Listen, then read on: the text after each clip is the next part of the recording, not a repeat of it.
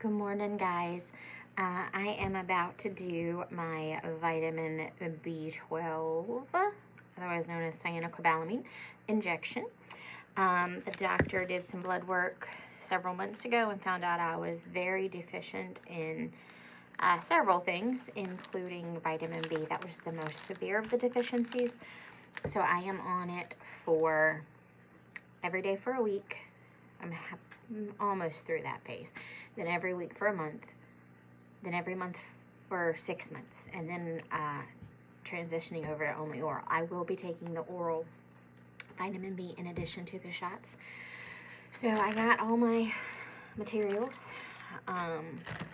Trigger warning, this does include needles and shots. Here is the sterile needle package. I've already opened it, started it, so it's going to be easy for me during this video to show you guys. Now, the thing about B12 and a lot of other injectables,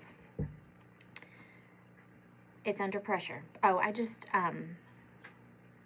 pushed on the plunger because it was about right there, and there is some pressure built up that keeps that like in a stuck position, so I just pushed it until the plunger went all the way up to the tip of the syringe, or the tip of the shank right here, and release that pressure so that I will be able to draw it up easier. So as I was saying, the thing about B12 is you, and a lot of other injectables, you have to inject air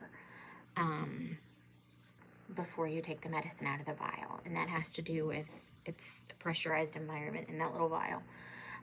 First thing you do, notice my needle, the cap is still on my needle, so it is, that part is still sterile. Take the little plastic stopper off the vial, like so. Super important, take just an alcohol prep pad, scrub the hub. Well, that applies to IVs because IVs have hubs. Here you're just going to scrub the cap. See that little plastic, that little black part? It's like a rubber stopper. And you're just going to scrub with an alcohol pad to get off any potential bacteria that may be on there. Then, to inject the air, I give myself a milliliter. It is 1,000 micrograms per milliliter, and I have, the dose is 1 whole milliliter. So I am going to pull back my plunger. See that black line? I'm gonna get that black plunger just on this side of the 1. So I have 1 milliliter of air in the syringe. There we go. Now, top off, upside down.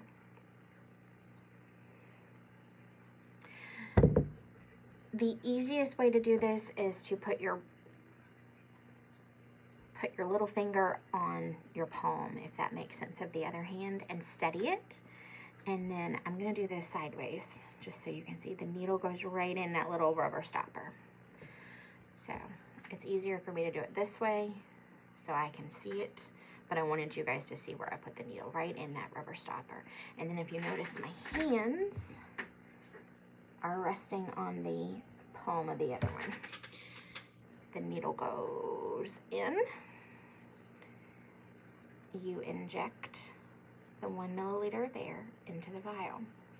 Now, we're going to pull this vial back, not off, but back, because I want you to see something really cool. Because it's pressurized and you just put air in there, it's basically going, you bring the needle so that you can see it in the neck of the vial. And because it's pressurized and you put air in there, you added pressure. So basically what we're going to do is just move your hand off the plunger and it pulls itself. Keep the needle in the liquid.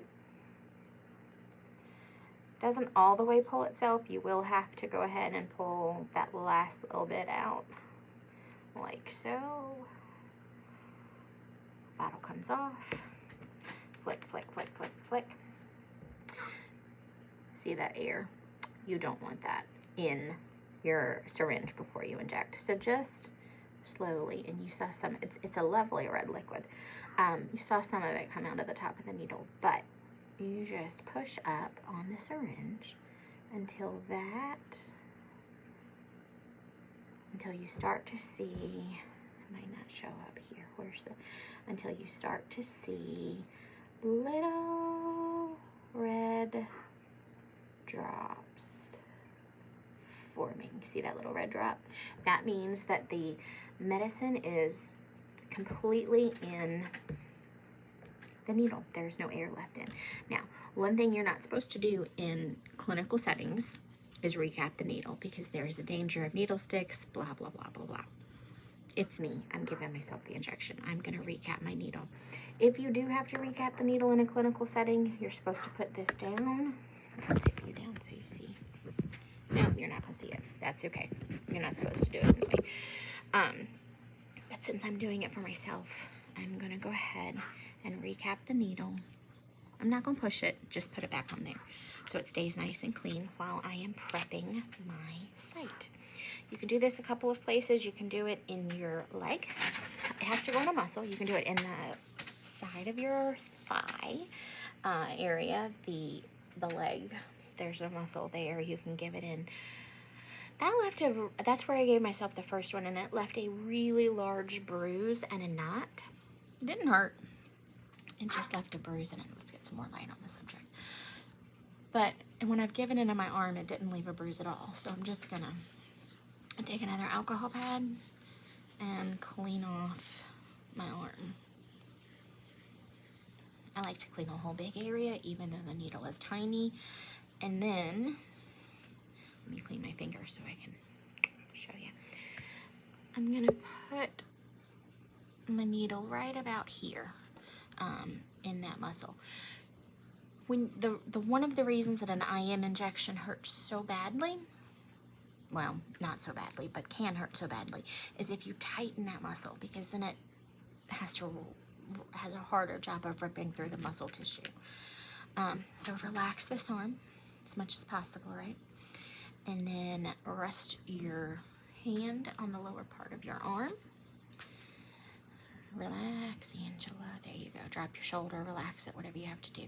And then the needle just goes. This is the worst part, y'all. Nothing else about this is unpleasant except this one little part where you have to get out and go at a 90-degree angle. Like that, straight in. Okay, touch the skin, you feel the poke. A little higher. Touch the skin, you feel the poke. Push it. This is the only unpleasant part, you guys. So just a little pinch as it went in.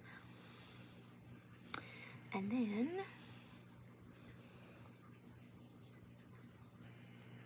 just inject it.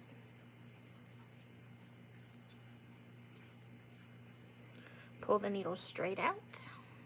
That is not blood, that is just a little of the red liquid coming back out. Recap. Again, don't do this in a clinical setting. If you are a nurse, never, ever, ever recap. I'm just going to wipe that little bit of liquid that came out. Then, proper, what's the word? I don't know the word. Properly getting rid of a needle. Sharps have to go in a sharps container. I've got one because I used to have to give myself different injections for autoimmune diseases. My husband's also diabetic, so he has his little pin needles and things. So get a sharps container. If you don't have a sharps container, they say you can use like a container of Tide, the plastic bottles that you're, it's not dish soap, laundry detergent. Brain fog is real. You can use those that your laundry detergent comes in a pinch. An empty one is okay. I have the sharps containers. I recommend if you're going to be getting shots a lot, you get a sharps container. Most of the time your insurance will provide them for you. But yeah, all you have to do with this. Who's calling me? Unknown. I have been getting a call from an unknown multiple times a day. Every day is driving me crazy. Sorry. Anyways, all you have to do is twist with the cap back on. Like I said, don't do that in a clinical setting. Just twist the needle off. This goes in the sharps container. This goes in the regular trash. In a clinical setting, I would just put this entire thing into the sharps container. But since the cooties on that needle are my own cooties, I'm just going to recap it and twist it off. Put this in the sharps container and that in the regular trash. And that's how you give yourself an IM injection. If it was more than 1 milliliter, it should definitely go in a larger muscle, the leg or the glute. If you have somebody to give it to you in the glute, great. If not, the leg is fine. 1 milliliter of liquid is not too much to go in the delt. Much over a milliliter, then you run into discomfort and things of that nature. But 1 milliliter can definitely go in the delt. And it's as simple as that. And then you just clean up your workspace. Again, Sharps box trash. I'm gonna put my little vial in the packet my syringe came in. Stick the syringe down in there. Oh. Put those little things in there. And then trash. And Sharps. Really easy, don't be intimidated. It's really only a quick pinch for half a second. A big thing you want to remember though is just once you get the needle in, don't wiggle it. Keep it steady. And that's it. All right, guys, bye.